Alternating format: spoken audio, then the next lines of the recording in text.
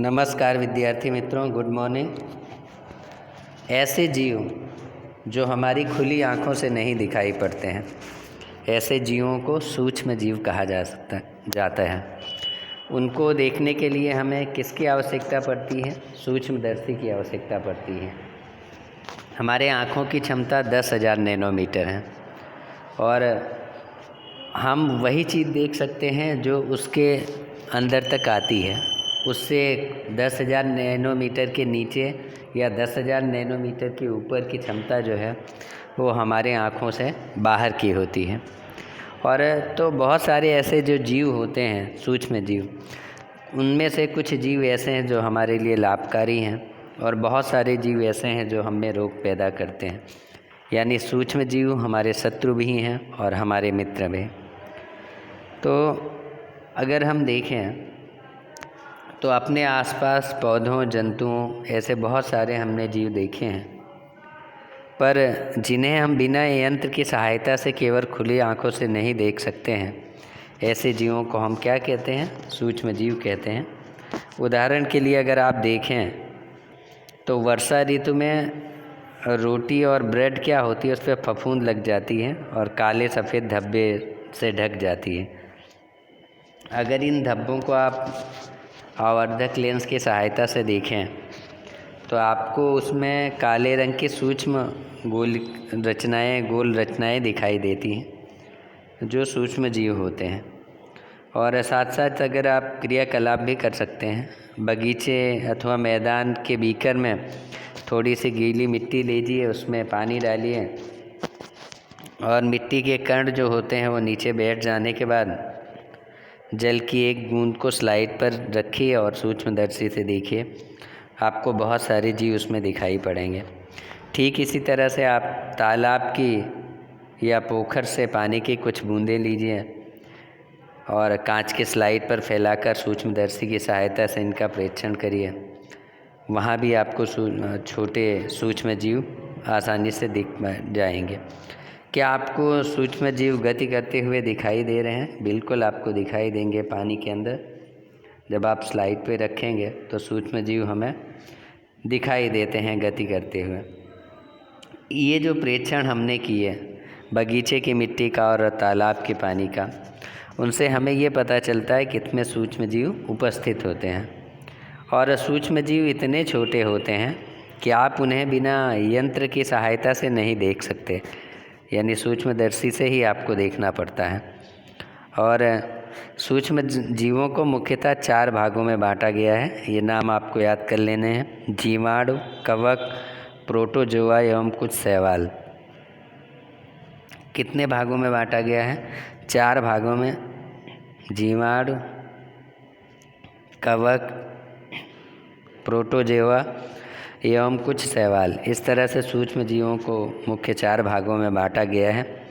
जीवाणु, शैवाल, प्रोटोजोआ एवं कवक के कुछ सामान्य जीव अभी आगे हम चित्र में देखेंगे। विषाणु जो होते हैं यानी वायरस भी सूक्ष्म होते हैं, परंतु ये सूक्ष्म जीवों से भिन्न होते हैं। आजकल विद्यार्थी मित्रों आप देख रहे हैं कोरोना वायरस विषाणु, जिससे पूरी दुनिया परेशान है। वो भी एक सूक्ष्म जीव है, लेकिन वो सूक्ष्म जीवों से थोड़े अलग होते हैं। वे केवल परपोषी में ही गुणन करते हैं, अर्थात जीवाणु। तो जो सूक्ष्म जीव होते हैं, वायरस भी सूक्ष्म जीव हैं, परंतु ये अन्य सूक्ष्म जीवों से भिन्न होते हैं। ये केवल परपोषी में ही गुणन करते हैं, अर्थात जीवाणु। पौधे अथवा जंतु कोशिका में गुणन करते हैं। और अभी आगे हम चित्र में विषाणु देखेंगे। कुछ सामान्य रोग जैसे कि जुकाम, इन्फ्लुएंजा एवं अधिकतर खांसी विषाणु द्वारा होती है। और कुछ विशेष रोग जैसे कि पोलियो एवं खसरा भी वायरस द्वारा होते हैं। और आजकल जो रोग चल रहा है कोरोना वायरस, वो भी वायरस के कारण हुआ है। अतिसार एवं मलेरिया प्रोटोजोआ द्वारा होते हैं। टाइफाइड एवं क्षय रोग टीबी जीवाणु द्वारा होते हैं। तो इस तरह से कई सारे रोग हमें जीवाणुओं की वजह से हो सकते हैं। और आज के टाइम में तो कोरोना वायरस से पूरी दुनिया परेशान है, आप देख ही रहे हैं। और अब हम चित्र देखेंगे कुछ जीवों के। यहाँ पे अगर आप देखें तो ये जीवाणुओं का चित्र है, स्पाइरल जीवाणु, और ये दूसरे जीवाणु आप देख सकते हैं कदनुमा जो हैं आपके, इस तरह के जीवाणु हैं। 2 जीवाणु आप देख सकते हैं। नीचे अगर आप देखेंगे तो क्लोमाइडोमोनास, स्पाइरोगाइरा ये शैवाल हैं। अमीबा, पैरामीशियम, प्रोटोजोआ संघ में आते हैं। इस तरह से आप इसे राइजोपेस है, पेंसिलियम है, और इस तरह के ये सारे जीवाणुओं को आप आसानी से देख सकते हैं। ये स्पाइरल जीवाणु है, छड़नुमा जीवाणु हैं, और chlamydomonas, spirogyra, amoeba, paramecium, rhizopus, penicillium, इस तरह से ये सारे जीवाणु आपकी किताब में हैं, जहाँ से आप अच्छी तरह से इन्हें देख सकते हैं। और ये आपके विषाणु का चित्र है, आप इसे देखिए। तो ये जो सूक्ष्म जीव होते हैं, ऐसा माना जाता है विद्यार्थी मित्रों कि जो अमीबा और पैरामीशियम हैं वो पृथ्वी पे बनने वाले सबसे पहले जीव हैं। और तो ये जो सूक्ष्म जीव होते हैं हमारे आसपास हमेशा मौजूद ही होते हैं, और मौजूद होने के कारण इनमें सजीव और निर्जीव के भी गुणधर्म पाए जाते हैं।